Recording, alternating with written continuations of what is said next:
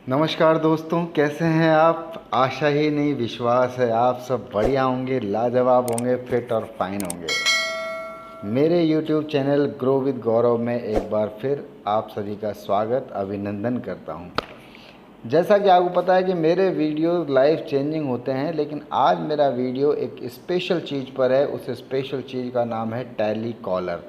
जैसा कि आप जानते हैं, आज का जो टेक्निकल वर्ल्ड है, ये संसार है, ये पूरा बिजनेस माइंड हो चुका है। हर जगह आप देखिए लोग स्टार्टअप कर रहे हैं, नए नए बिजनेस कर रहे हैं, नए नए अपने बिजनेस को ग्रो करने के तरीके ढूंढ रहे हैं, जिसमें सबसे अहम भूमिका निभाती है एक टेली कॉलर। अगर देखा जाए तो लोग इसे छोटी जॉब समझते हैं, लेकिन ये छोटी जॉब नहीं है। He she and he are the foundation of any organisation. ये किसी कंपनी की एक नींव मजबूत करने वाला एक क्षेत्र होता है जहाँ पर ये लोग काम करते हैं।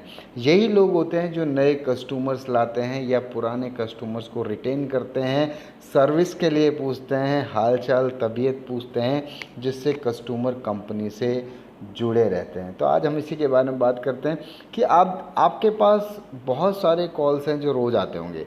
कभी कोई पॉलिसी के लिए आता होगा, पर्सनल लोन के लिए आता होगा, या जनरली हेल्थ इंश्योरेंस के लिए आता होगा, पुरानी किसी कंपनी में से आता होगा, कार सर्विस के लिए आते होंगे।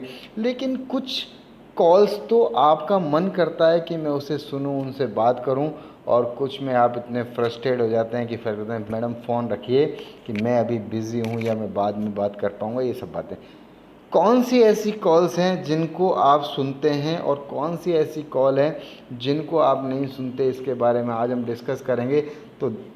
तो हमारा जो मेन फोकस है वो करते हैं कि एक अच्छा टेली कॉलर के अंदर क्या क्या क्वालिटीज़ होनी चाहिए, उसके बारे में हम डिस्कस करेंगे। दो तरह के जनरली कॉल्स होते हैं, एक होते हैं आउटगोइंग और एक होते हैं इनकमिंग। आउटगोइंग का मतलब कि टेली कॉलर अपनी कंपनी की तरफ से किसी कस्टमर को जब कॉल करती हैं तो वो आउटगोइंग कॉल्स होती हैं, और कुछ कस्टमर्स परेशान होकर किसी सर्विस से या सेल से जब वो टेली कॉलर को या कॉल सेंटर में कॉल करते हैं, वो इनकमिंग कॉल्स होती हैं।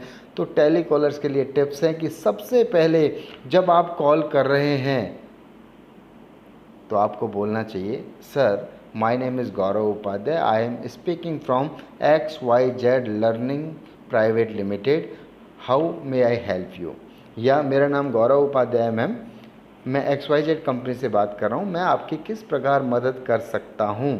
ये होगा इनकमिंग कॉल्स में। और अगर आप आउटगोइंग कॉल्स कर रहे हैं तो उसमें होगा, नमस्कार सर, मैं गौरव उपाध्याय XYZ कंपनी से बात कर रही हूँ, क्या मैं आपसे 5 मिनट बात कर सकती हूँ, या क्या आप अपने कीमती समय में से मुझे कुछ वक्त दे सकते हैं। तो ऑब्वियसली जब आप ऐसे बोलेंगे तो वो आपकी बातों को ध्यान से सुनेगा। टिप नंबर 1 कि अपना इंट्रोडक्शन तुरंत दीजिए। नंबर 2, शुद्ध बोलिए, साफ बोलिए, यानी आपका प्रोनाउंसिएशन एप्रोप्रिएट होना चाहिए। अगर प्रोनाउंसिएशन गलत होगा तो अर्थ का अनर्थ भी हो सकता है। पॉइंट नंबर 3, परिचित भाषा में बात करें। परिचित भाषा का मतलब जो भाषा आप बोल भी सकते हो और श्रोता सुन भी सकते हो, ऐसी भाषा में बात कीजिए। मान लीजिए आप हिंदी बोल सकते हैं, वो हिंदी समझ सकते हैं, तो आप हिंदी में बात कीजिए। कभी भी इनके बीच में टेक्निकल या कठिन शब्दों का इस्तेमाल ना करें, कहीं ऐसा ना हो कस्टमर आपकी बात जो आप कहना चाहते हैं वो समझ ही ना पाएँ, तो आपके एप्रोप्रिएट यानी सकारात्मक यानी कि प्रभावशाली परिणाम आने में समस्या हो सकती है। नेक्स्ट टिप आता है हमारा, अच्छे श्रोता बनिए, बी अ गुड लिसनर। अच्छे श्रोता बनने का मतलब, हो सकता है कोई कस्टमर आपसे इतने ज़्यादा, आपकी सर्विस से, आपके प्रोडक्ट से इतने ज़्यादा परेशान हो कि वो आपके प्रोडक्ट से नाखुश है, बहुत तेज़ उन्हें गुस्सा आ रहा है, तो प्लीज़ हमेशा धैर्य रखिए और श्रोता अच्छे बनिए। जब उनका गुस्सा पूरी तरह आपके ऊपर उतर जाए, जब पूछिए, सर मैं माफ़ी चाहती हूँ, या मैं समझ सकती हूँ कि आपको कितनी तकलीफ़ हुई होगी इस बात से, मैं आपकी समस्या का समाधान करने का पूरा प्रयास करूँगा। तो आप देखिएगा उसका गुस्सा फट से फुर्र हो जाएगा। ठीक है। नेक्स्ट बात करते हैं कि जब भी आप किसी कस्टमर से बात करें तो कुछ चबाते हुए, कुछ खाते हुए, कुछ पीते हुए बात ना करें, क्योंकि कस्टमर समझ जाता है या आपकी लैंग्वेज बदल जाती है या आपकी भाषा या आपके शब्द प्रॉपरली नहीं निकल पाते तो भी एक एब्यूज़ या गलत माना जाता है। ठीक है। नेक्स्ट बात करते हैं, कभी भी गुस्से में या चिड़चिड़ाहट में बात ना करें। हो सकता है आप घर में किसी चीज़ से परेशान हो, आपकी फैमिली में कोई डिस्प्यूट चल रहे हों, या हो सकता है आपके घर में कोई छोटा मोटा झगड़ा हो गया हो, तो उसका फ्रस्ट्रेशन कभी भी कस्टमर के ऊपर ना निकालें, गुस्से में बात ना करें, चिड़चिड़े होकर बात ना करें। प्यार से, पोलाइटली, विनम्रता और खुशी के साथ बात करें। जिसे बोलते हैं गर्म जोशी के साथ बात करें। जितनी खुशी से आप बात करेंगे कस्टमर भी आपको उतनी खुशी से ही रिप्लाई देगा। ये है नेक्स्ट स्टेप। इसके बाद बात करते हैं नेक्स्ट के बारे में, भावनात्मक संबंध बनाइए, मेक द इमोशनल रिलेशंस। देखिए, भावनात्मक संबंध का मतलब है जिसमें सिंपैथी एम्पैथी घुसी हो। सिंपैथी एम्पैथी का मतलब कस्टमर अगर परेशान है तो आप ऐसा फील कीजिए कि आपके साथ अगर ऐसा हुआ होता तो आप कैसे होते। तो sir, I am really sorry, I can understand your problem, I can understand your situation. Sir, मैं समझ सकता हूँ कि आपके साथ कितना बुरा हुआ है, या आप इस प्रोडक्ट को लेकर इतने खुश थे लेकिन इस प्रोडक्ट ने आपके साथ किया वो सब अच्छा नहीं हुआ। सॉरी सर, मेरी सर्विस से आप खुश नहीं हैं तो आई एम रियली सॉरी, मैं लेकिन अब आपके लिए बेहतर करने की कोशिश करती हूँ।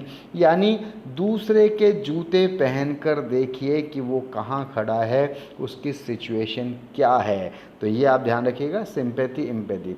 नेक्स्ट, कई बार हमें रिप्लाई देने में या कस्टमर की प्रॉब्लम का सॉल्यूशन करने में थोड़ा सा विलंब हो सकता है, थोड़ा टाइम लग सकता है, तो होल्ड रखने के लिए कस्टमर से परमिशन लीजिए कि सर, मैं आपको बेहतर समाधान के लिए आपका फ़ोन कुछ देर होल्ड पे रखना चाहता हूँ, क्या मैं रख सकता हूँ। बिल्कुल, कस्टमर की प्रॉब्लम का सॉल्यूशन करेंगे तो वो ऑब्वियसली बोलेंगे ठीक है मैम, रख लीजिए। और अगर आपको 30 सेकंड या 1 मिनट से ज़्यादा का वक्त लगता है तो आप बीच में उसे दोबारा से कन्विंस कीजिए, सॉरी सर, अभी 1 मिनट का वक्त और लगेगा, आपका डेटा ढूंढने में थोड़ी परेशानी हो रही है। इस तरह से आप बात कीजिए, धैर्य रखिए। अगला पॉइंट मेरा, धैर्य रखिए। धैर्य रखने का मतलब, जब कस्टमर आपके सामने अपनी प्रॉब्लम बताए, कुछ बोलता रहे, तो प्लीज़ उसकी बातों को ध्यान से और धैर्य के साथ सुनिए, क्योंकि इस दुनिया में बोलने वाले लोग हज़ारों हैं, सुनने वाले लोग बहुत कम। अगर आपने किसी की बात ध्यान से सुन ली तो समझ लीजिए आधा सेटिस्फाइड तो वैसे ही हो जाएगा। तो हमेशा धैर्य रखिए। कई बार आप किसी प्रोडक्ट को सेल करने के लिए कॉल कर रहे हो और कस्टमर ने कोई लंबी चौड़ी इधर उधर की कहानी सुना दी, तो आप भूल जाते हैं कि मैंने कॉल क्यों किया है। तो याद रखिएगा कि आपका जो फोकस्ड आइटम है, आपका जो लक्ष्य है, आप किस चीज़ के लिए कॉल कर रहे हो, उस लक्ष्य को अपने दिल में और अपने दिमाग में हमेशा रखिए। कस्टमर आपको कितना भी डिस्ट्रैक्ट करे, कितना भी आपको इधर उधर घुमाने की कोशिश करे, तो आप उसको घूम फिर कर वापस से अपने लक्ष्य पर ले आइए। ये थे मेरे कुछ टिप्स जो आपकी कॉलिंग को काफ़ी हद तक इम्प्रूव करेंगे, आई थिंक, मुझे आशा है, विश्वास है।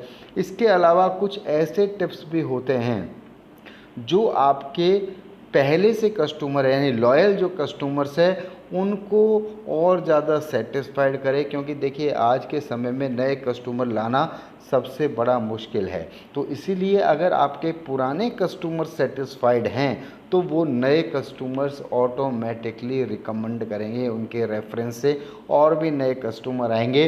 तो पुराने कस्टमर को सेटिस्फाइड करने के लिए कुछ टिप्स और देता हूं मैं आपको। नंबर 1, उनके बर्थडे, उनकी शादी की सालगिरह, नया घर, नई गाड़ी को की शुभकामनाएं उन्हें दें।